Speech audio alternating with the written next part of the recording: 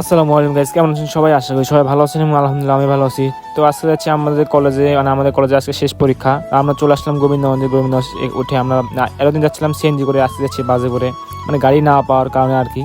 আমরা নামবো কলেজ গেলে সামনে ফাইজলা, কলেজ গেলে সামনে নামে দিয়েছে আমার ফাইজলা বাসালাম মামা আমাকে একদম কট দিয়ে দিয়েছে, সাধারণ ভাবে কট দিয়ে বাসালাম মামা কট দিছে। তো কি হয়েছে মানে আইসা ভালোই হয়েছে। আমাদের হচ্ছে কলেজের স্যারের হচ্ছে পেপার একজন আঙ্কেল দিল যে স্যারকে দেওয়ার জন্য, উপকার হয়ে গেল। মানে সব আল্লাহ যা করে এটা বিশ্বাস করা উচিত, আল্লাহ যা করে ভালোর জন্যই করে আসলে। আর এটা হচ্ছে সেই কলেজ মানে যেখানে পড়াশোনা করি আমরা আর কি।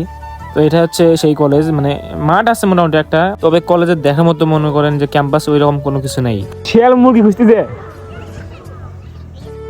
ভিডিও হচ্ছে না মুরগি হচ্ছে না, সেই নয় পাও দেখাও না। এই মাছ আছে, তুই মাছ আছে দেখছিস কিরকম কোনটা?